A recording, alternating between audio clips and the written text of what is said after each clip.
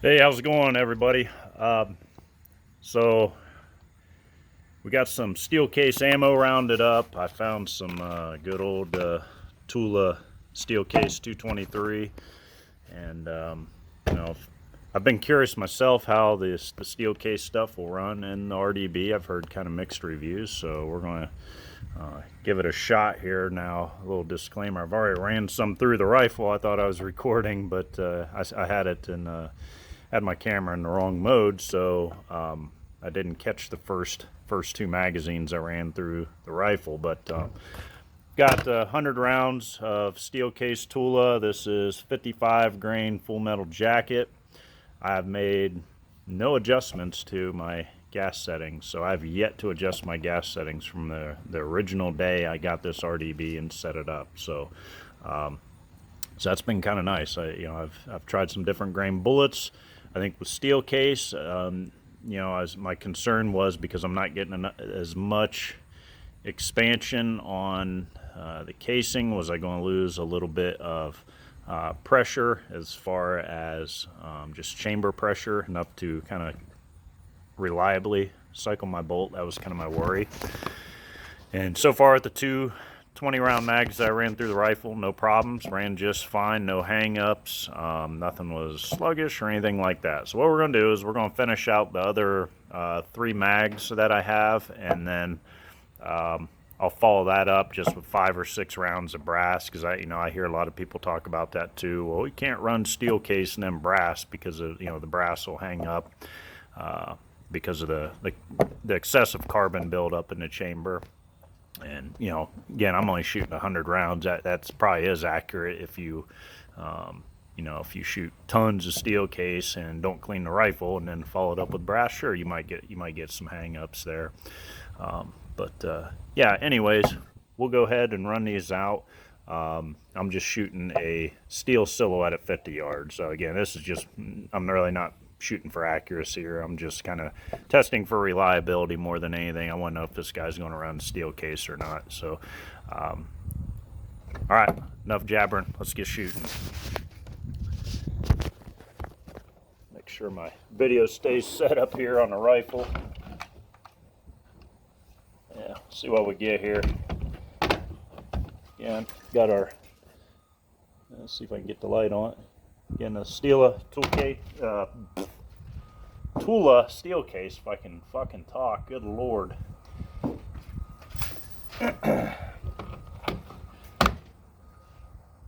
So, kind of glad the first video didn't work out, because I had another gentleman just here shooting. It's kind of hard to talk over him shooting, but I think this will work out a little bit nicer for us. Alright guys, here we go.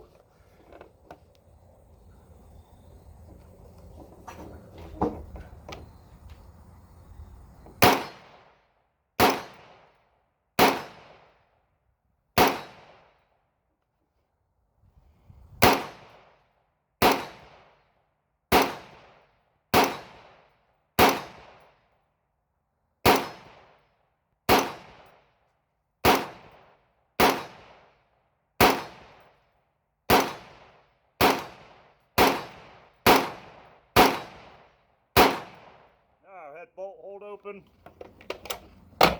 There's empty mag. So, like I said, bolt did hold open there.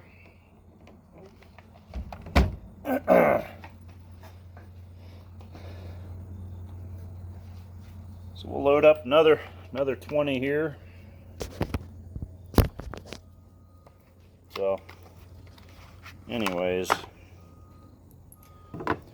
Now, we was talking about steel case in one of my other videos. It's probably when I first got the rifle. I was just saying, hey, I didn't know how well steel fed in these, blah, blah, blah. And I had somebody in the comments say, well, check page 15 of your manual, because I did read the manual from cover to cover. I do that with every new firearm. Especially this one, since it was a little unique in terms of just gas settings, and that was kind of a critical setup component. But nonetheless, read the Kel-Tec manual from cover to cover. Saw nothing in there that said anything about steel cased ammo. It just said use high quality ammo, preferably not reloads, which I think every gun manufacturer tells you not to use reloads. But anyways, didn't see anything on steel cased. But gentleman said, hey, check page 15 of the manual. So I did, and it was ammo related information, but still made no mention of steel case. So unless I'm just missing it somewhere. All right, let's run a few more through here.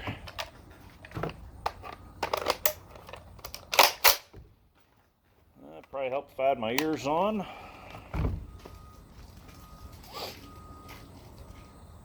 See which pocket I shoved them in.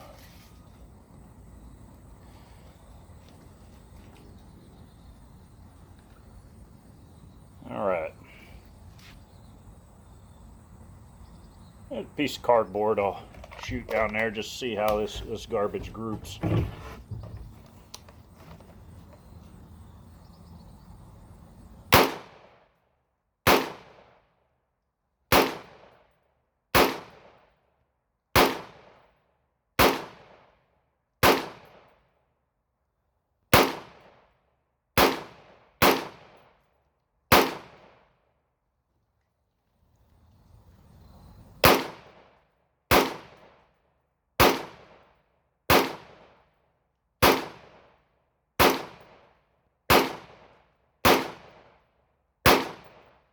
Sounds like we had bolt hold open. Yep, empty mag. Let's check this out, make sure nothing comes out. Yep, we're good to go there. Got some little bit of steel in my flip-flop there.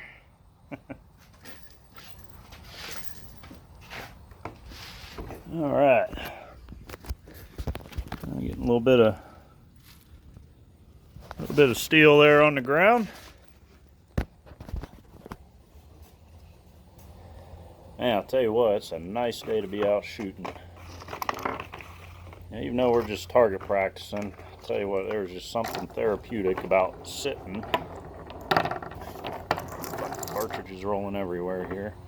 Something therapeutic just about coming out and burning up some ammo. My wife doesn't get it sometimes. She'll come out and shoot with me and stuff every now and then.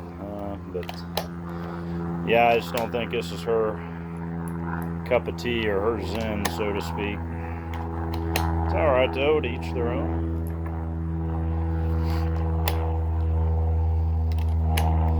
So I'm actually pretty stoked this thing is running steel good, but hey, what's that saying? If it can't run steel, it doesn't deserve brass.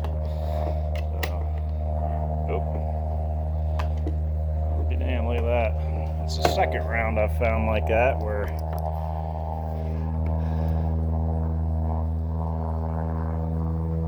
looks like that pushed down in there a little bit. So yeah, we'll skip that guy there. So yeah, the first one was even worse than that.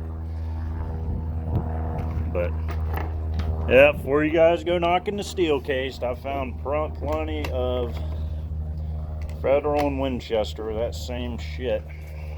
So that's not quite a full 20 round mag, but hey, we'll go ahead and run it anyways. So as soon as I run this out, I'm just going to reload. I've got 5 rounds of brass. We'll just follow up just to see if it feeds it good. Alright, let's rock.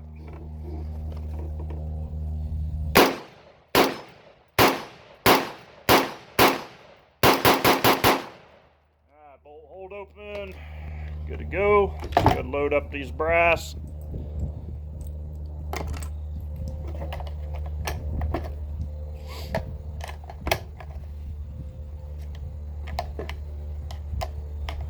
Something therapeutic about just wasting a bunch of ammo too, just blasting that shit down range.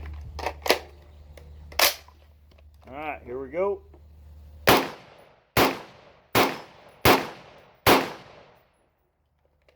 And bolt hold open on that as well. So there you have it, guys. Will the RDB run steel? Sure will. It fed it reliably. I even followed it up with a few brass rounds. So yeah, we had about 98 rounds of 98 rounds of steel case, followed by 5 or 6 brass case. Now, I'll probably tear the gun apart like I did in my last few videos and just kind of see what my extractor looks like as far as, you know, how to do with the steel cases. There are a bunch of steel shavings underneath. You can see, get it up there. Good solid primer strikes. This really isn't coming in focus here. But yeah, you can see where that the ejectors kind of pushed off on the head stamp area there, or right where that little cup is on the top side of the bolt face. It kind of clips that head stamp. So that's what creates a little bit of shavings on my brass, but it's definitely not as aggressive, obviously, with the steel being harder. But yeah, I'll tear it apart. If I notice anything, I'll post a couple pictures at the very end of the video. If I don't notice anything alarming, guys, I'm just gonna post the video and be done. So hey, RDB still trucking along, haven't touched the gas settings. So now we've established this guy will run multiple grains of different weight grain bullets, no problem, and it'll run the steel case shit, no problem. So nothing wrong with steel case, guys. It's cheap to shoot. Might as well shoot it. But I know some guns are a little temperamental with it, but I'm not too picky. So hey, we'll talk at you later. So I said I wasn't going to post anything if I didn't find anything. Well, spoiler alert, I didn't find anything. But anyway, there's our steel case we shot, our 5 rounds of brass we shot. See, actually, even the brass cased head stamps look really good on those last 5. So I don't know, I'll be honest, maybe these steel cases I ran through possibly kind of helped with any kind of burrs that may have been up on that lip, however small they might have been. Yeah, because I figured I'd post this. Yeah, and this is only 100-ish rounds or so, so you know, I don't expect this thing to be filthy as it is, but compared to the last few times when I've shot it, when I've ran a lot of brass through it, I've actually had a little bit more crap caked up on the bolts. I just took this apart, so you guys are seeing what I'm seeing here. It's just lightly oiled from when I last cleaned it after last round there. So this was always kind of my problem area for where I was seeing just, you know, what I was considering a little bit excessive debris, maybe a possible failure point. So there is really no kind of brass shavings from those last few rounds. Absolutely no steel shavings, thank God. Same thing with, let me see if I can get some better light here, or at least just a better shot. You can kind of make that out there. So really, really guys, that looks pretty darn good. I know, again, the last couple times I've taken this out, well, essentially every time I've taken it out for that matter, I usually get a little more buildup of just brass and things like that, and they're just, you know, garbage. I'll just leave it at that. But bolt face looks good. Yeah, aside from a little bit of carbon on the bolt face and locking lugs, I think we're in pretty darn good looking shape here. So even the firing pin, bring that back over.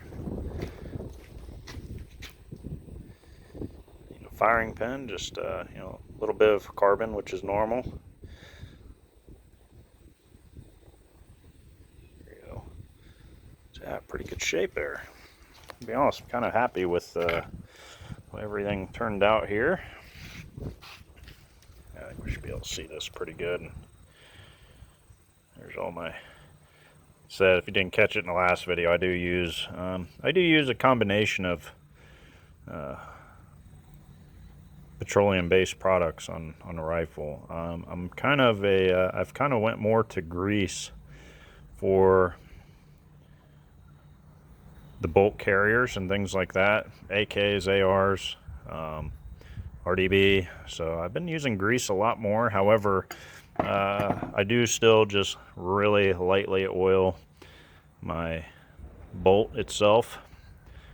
I don't know, I don't feel like putting grease on that would be a great idea, but I do want to definitely get out this winter and kind of play around with this. I want to see how this thing runs in the winter time. And if you haven't watched my last video, I did the Haga Defense butt pad as well as the flared magwell. So far, thumbs up on those. Those things are great. I just had somebody comment yesterday or the day before asking about am I going to replace the handguard with the aluminum ones. Yeah, the jury's still out on that. I'll be honest, I don't really have a need for the aluminum handguard, and this current setup here, it doesn't get hot. So, you know, when I shoot this 100 rounds, this thing was not hot at all. Whereas I think the aluminum handguard, I think there's just going to be more heat input into that aluminum.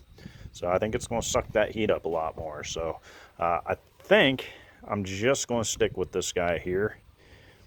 But who knows, you know, if they come out with a handguard that looks good and, you know, maybe has a heat shield or something in it, I might go that route. So something I'm also kind of thinking about, since I do some CNC plasma cutting, I've actually thought about maybe trying to get some really thin gauge aluminum and cutting a heat guard that just snaps into place on this handguard. So yeah, I haven't even started anything with that, but that's always been kind of the thought for me from the get-go. That way, those of you that want to stick with this handguard, put a heat shield in there for a little bit more reassurance. Maybe you don't melt the plastic, which I haven't noticed anyways, but enough said. All right, guys, I'm out of here. If you haven't subscribed to my channel, you know, I don't have a real huge following, but, you know, hey, I'd appreciate if you'd subscribe, try to build those numbers up, maybe get my videos out there a little more. But nonetheless, appreciate you watching. Talk at you later.